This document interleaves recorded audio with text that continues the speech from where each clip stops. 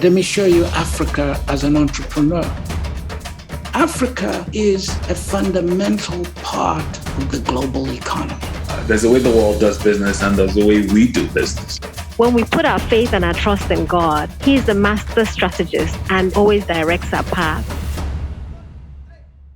So it's a vibrant, young market with lots of energy. Along with our diverse cultures, provide us with rich insights into God and His creativity. There are people building businesses. So come see that Africa.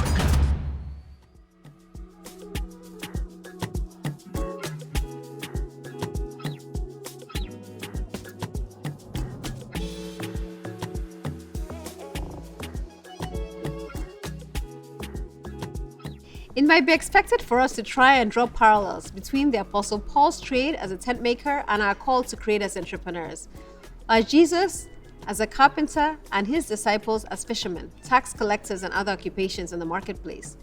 But I want to speak to the world we find ourselves in today. We're still encouraging you to read God's word and study biblical concepts.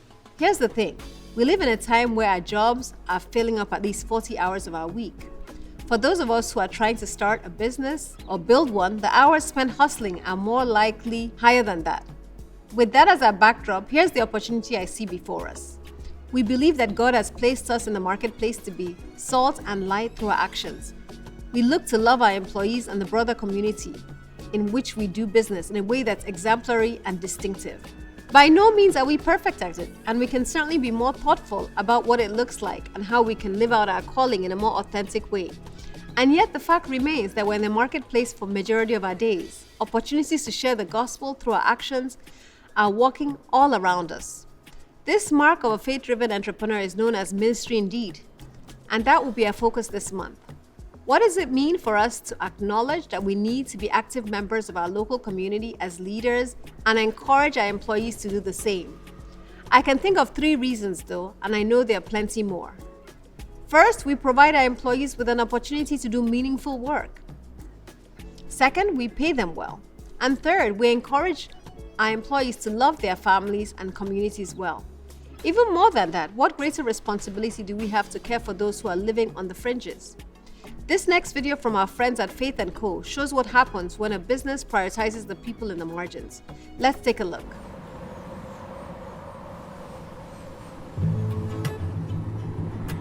En maar in die begin het ons so 'n bietjie skepties. Ons is nog nie seker nie. Ons weet die mense ek loop ons by je in, wil jou geld steel en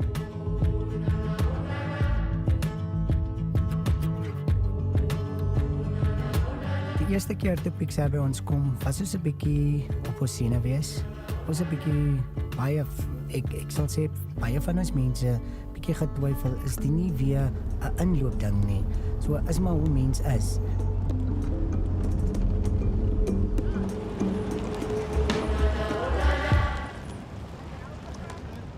The people that we engage with, they have been like robbed many times. Essentially, we work with clients that work on the farm. Very illiterate working population that you're dealing with. Part of it for historical reasons due to apartheid. So we've got a systemic issue. South Africa is in quite a bad place when it comes to the dichotomy between the wealthy and the poor. We've got the most unequal society in the world. And a lot of the farm workers, they never went through the typical schooling system that we went through under apartheid. So they don't have the literacy that a lot of us are fortunate to have. So they're being exploited. And they're earning minimum wage, which is $250 a month. A lot of our clients, they feel like getting a loan is like a quick fix to a problem, but then a couple of months later they have the same problem and then they want to take out another loan, and that's how they get into debt. The terms and conditions that which they take out those loans are horrendous. The credit providers are loading more debt to their names. And then they start going deeper and deeper into it, and they can never really recover from it, never mind save. South African households are highly indebted. We know that over the last few years there's been a big surge of unsecured lending. Almost 8 million people have taken out, listen to this, a combined 225 billion rand worth of loans without collateral. Now, some consumers use about 76% of their income to repay debt. Very little is put aside as savings. We started doing a bit of research and we found that people just didn't have access to good quality financial services products and that they weren't able to lift themselves out of the poverty situation that they found themselves in. And I really felt God asking me, he said, so what are you now going to do about this problem? PICSA is an employee benefit solution for employers of low-income workers, and what we do is we simplify wealth creation for low-income employees.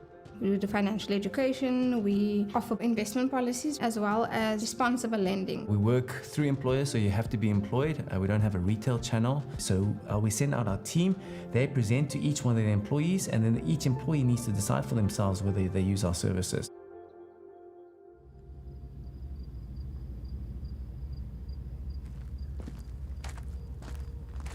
I'm Denzel van der Merwe. I'm the CEO of Morrister Estate.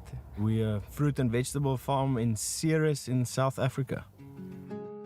So due to the history of apartheid in South Africa, we decided to create a black farmer community in our area where our workers, they bought a piece of land next to us. They're 100% owner of that land, and we farm the operation 50-50. We're equal partners.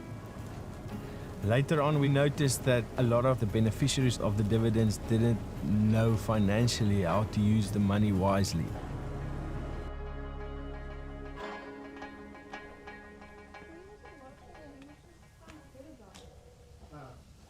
At PICSA, we decided to make certain assumptions that I think most companies don't make.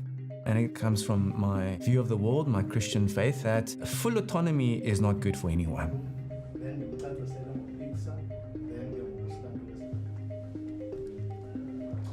A lot of financial companies want you to have full choice on whatever you want to purchase. We'll educate you along the way, but the responsibility sits in your lap. Which in an environment that we operate, low-income workers who are working very long hours, don't have the time to train themselves, that is a recipe for disaster.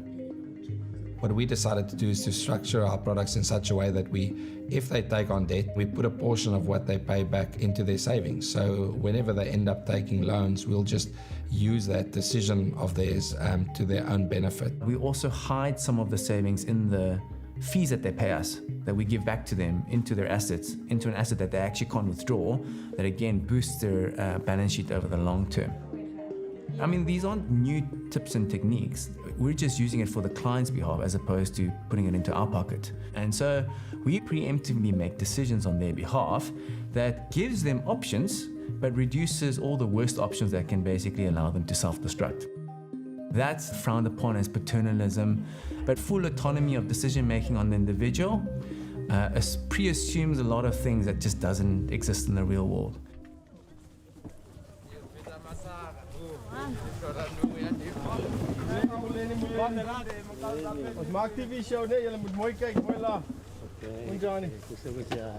So we started off with PICSA to assist our workers to get out of the debt trap and start the habit of saving.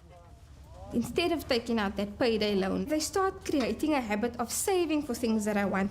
When we saw that there's more money in the pockets of our workers, I've noticed the increase in human dignity. uDenzeli wasibizela estadium kwinhlanganiso wafika yena wasichazele nangoPICSA. Apha eplazini ndi-social worker ukuthi i-healthcare worker. Ndisebenza nasekliniki for translatela abantu ekliniki.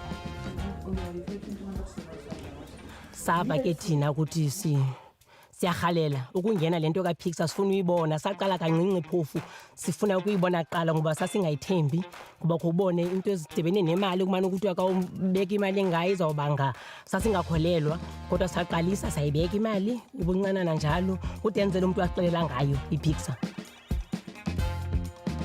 Maar toe ek was nog nie deel van PICSA nie, ek het maar nou op maar gekyk. En toe ek sien maar, my vrou breek nou so oor PICSA en so aan. Toe besluit ek maar wag, ek gaan ook gaan belê.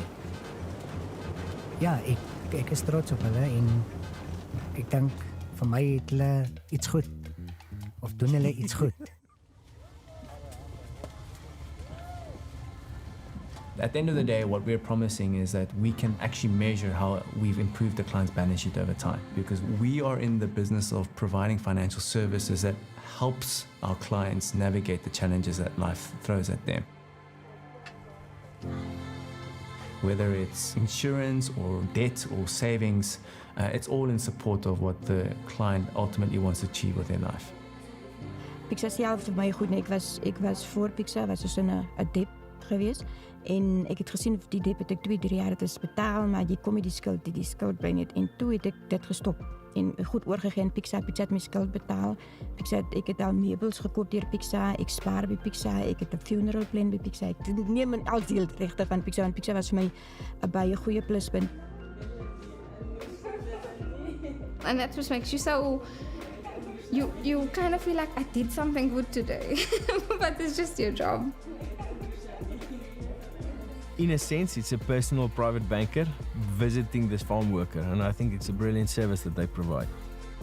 By letting them know what is happening around their finances, I can change another person's life.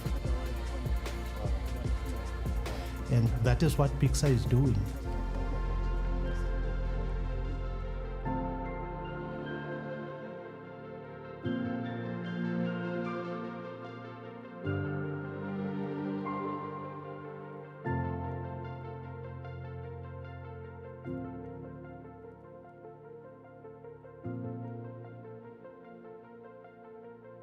Not every business will serve the marginalized as directly as PICSA, but each of us has an opportunity to do ministry through our deeds. This ranges from how we provide for our employees' financial, physical, and spiritual well-being to how we meet the specific needs of the neighborhoods where we work and live. It's important for us to remember that this isn't simply an add-on program. The desire and motivation to care well for people in the real and tangible ways comes from taking time to build relationships. Genuinely knowing someone makes it possible for us to care for them as well. Ministry indeed goes well beyond an environmental, social, and governance focus. While entrepreneurs are increasingly applying ESG factors as a way to do good and identify growth opportunities, we're talking about something that's much deeper. As leaders, we need to realize that we cast a long shadow with our employees and within our communities. And just what do our employees see from us? What examples are we setting with our choices and actions? Everything from date nights to family dinners to attending our children's sporting events. These are visible ways that we can glorify God. How are we modeling the love Jesus calls us to do in the things that we do? This goes beyond just us as individuals. In what ways do our companies reflect the same commitment? Are we serving together in our communities with projects championed by our workers? Do we offer benefit packages that are better than those in the industry? What creative structures are we putting into place that support our employees and help them love their own families well? Where are the overlooked opportunities in your company or in your supply chain? These are the places where the ministry indeed goes a long way towards us caring for the overlooked among us. Now spend some time in your group talking about this session and how it relates to the journey you're on. Open yourself up to learning from one another. Be open and honest with each other. What you get out of this time together will not only be as rich and edifying as what you put in. Blessings on your time.